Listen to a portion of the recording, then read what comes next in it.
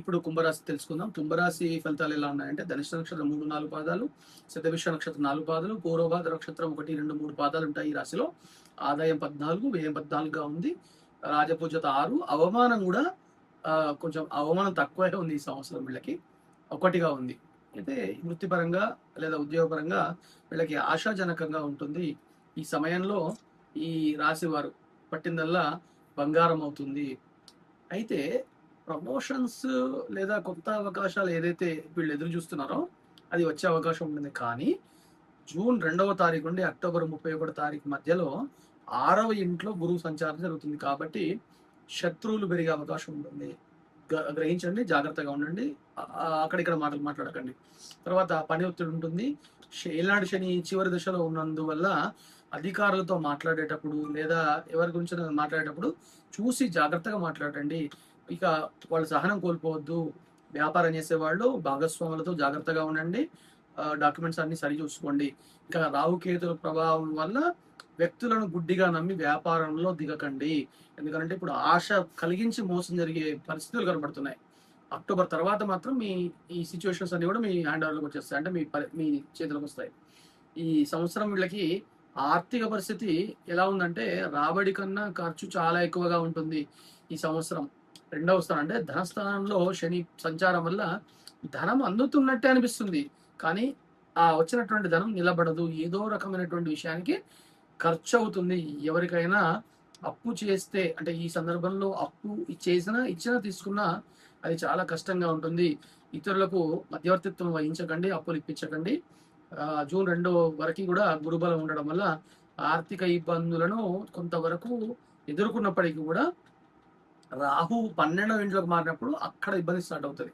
అప్పుడు ప్రయాణాల కోసం కానివ్వండి లేదా మెడికల్ ఖర్చుల కోసం అకస్మాత్తుగా ధనం అవసరం పడుతుంది. కాబట్టి మొదటి నుండే ధనాన్ని చాలా పొదుపుగా పాటించే ప్రయత్నం చేయండి. అదేవిధంగా కుటుంబము మరియు వ్యక్తిగత జీవితము కూడా ఎలా ఉంటుందంటే ఈ సంవత్సరం వీళ్ళకి అత్యంత ఓపిక వహించాల్సినటువంటి టైం.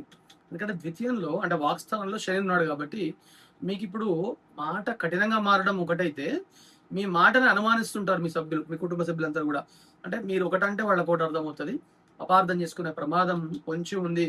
కాబట్టి వీలైనంత వరకు మౌనంగా ఉండండి లేదా వివాదాలకు దూరంగా ఉండండి. ఈ సంవత్సరం మీరు నేర్చుకోవాల్సినటువంటి పెద్ద పాఠం ఇదే. జన్మరాశిలో రాహు ఉన్నాడు, 7వ స్థానంలో కేతు ఉండడం వల్ల జీవిత భాగస్వామితో తప్పకుండా విభేదాలు వస్తాయి.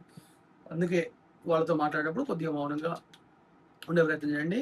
తర్వాత ఇంట్లో శుభకార్యాలు జరిగే సూచనలు ఉన్నా కూడా ఈ ప్రేమ వ్యవహారాలు ఉంటాయి కదా, వీటి విషయాలలో కానివ్వండి, కొత్త సంబంధాలు తెచ్చుకునే సందర్భంలో కానివ్వండి 1కి 10 సార్లు ఎంక్వైరీ చేసుకోండి. అంటే పెళ్లి చేసుకుంటే కనుక వెనక వాళ్ళను మీరు అది చేస్తూ ఉండాలి. అంటే కుటుంబాన్ని పరిపూర్ణంగా వెరిఫై చేసుకున్న తర్వాతనే వివాహానికి వెళ్ళండి.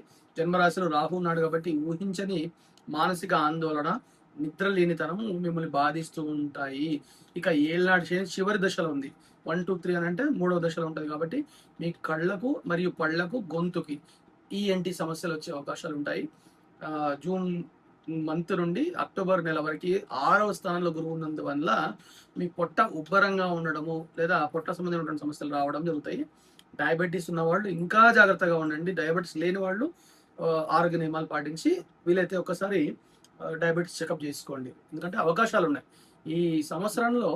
అంటే వీళ్ళకి పరిహారాలు ఎలా ఉన్నాయంటే అంటే ఈ పరిహారాల వల్ల ప్రతికూలతలు తొలగిపోయి కొద్దిగా మీకు మానసిక ప్రశాంతత పొందే అవకాశం ఉంటుంది. కాబట్టి ఈ పరిహారాలని నేను చెప్పినటువంటి పరిహారాలని క్రమం తప్పకుండా పాటించే ప్రయత్నం చేయండి.